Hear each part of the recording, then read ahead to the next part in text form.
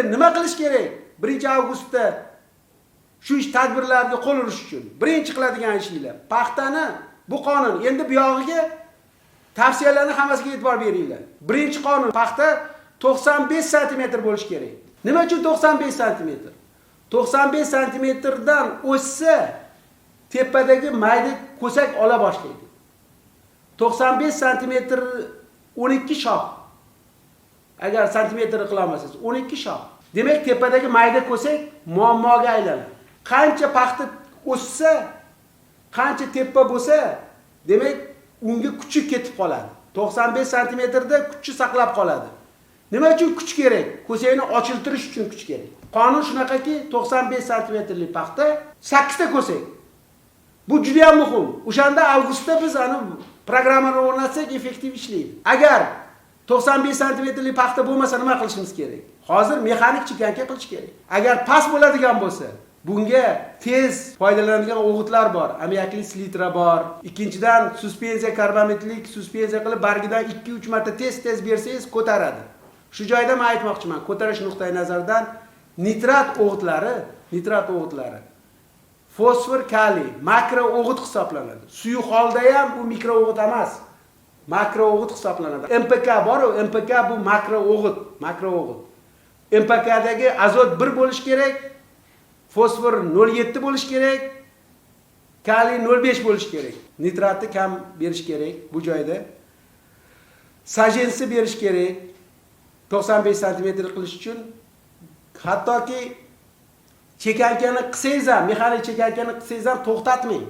Sajens berish texnologiyasi. Sajensi berish uchun oldin 2 gram, 3 gramdan boshlash kerak. Sajens. Hech qachon 15 gram berish kerak emas. Sajens bu o'sishni to'xtatadigan, o'sishni boshqaradigan gormon. 15-20 berib qo'ysangiz boshiga birdaniga o'sishdan to'xtaydi.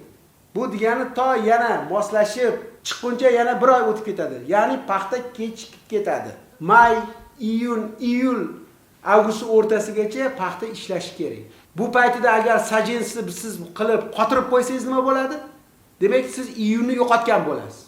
Kamida 15 kun sajens bilan to'xtab turadi paxta. Shuning uchun hozir sajens berish kerak. 1 metrlik paxtaga ham 2-3 gramdan sajens berish kerak. 5 kun o'tgandan keyin 10 gramga chiqish kerak, 7-10 gramga, undan keyin 25, undan keyin 30, 50, undan keyin 90, undan keyin 120, 100, 120, 150, 180, 200, 250, 300. 300 gramgacha sajens berish kerak paxtaga 95 santimetrlik paxta bo'lish uchun. 8 ta ko'sak bo'lish uchun. Ikkinchisi o't masalasi. Agar o't bosgan dala bo'lsa nima bo'ladi? O't bosgan dala bo'lsa siz uni boshqara olmaysiz. 95 santimetrlik paxta bo'lmaydi. O't bosib ketgan. O'tni havosi bor, mo'tadil. O'tni yomonligi ikkita masala. Ham kasallik chaqiradi, ham ovqatga sherik bo'ladi, ham bo'yi baland bo'lib ketadi. Soyada paxtani bo'yi baland bo'lib ketadi o'tni ichida. 95 santimetrlik paxta qilish uchun o'ti bo'lmasligi kerak. Demak, o'tni olish kerak. O'tni olish uchun glifosatni ishlatish kerak. Hozir ham glifosat sepsa bo'ladimi? Paxta gullayapti. Agar gullab turgan paxtaga glifosat sepsangiz, guli tushib ketadi. Changi rivojlanmaydi. Lekin siz uni gullab turgan paxtaga sepmaysizda, baland, shonalagan, agar kechqurun soat 6 dan boshlab glifosat sepsangiz, hali ochilmagan bo'ladi, buton bo'ladi. Unda sariq bo'lib turgan bo'ladi, yopiq bo'ladi.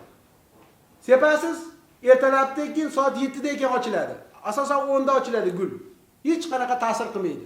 Demak, hozir ham paxtaga glifosat sepsa bo'ladi. Sepmasangiz nima bo'ladi? O'tni qo'lda olish kerak. Qo'lda olsangiz nima bo'ladi? Ko'chatni shoxlarini sindirib tashlaysiz. Ko'chat kamayib ketadi.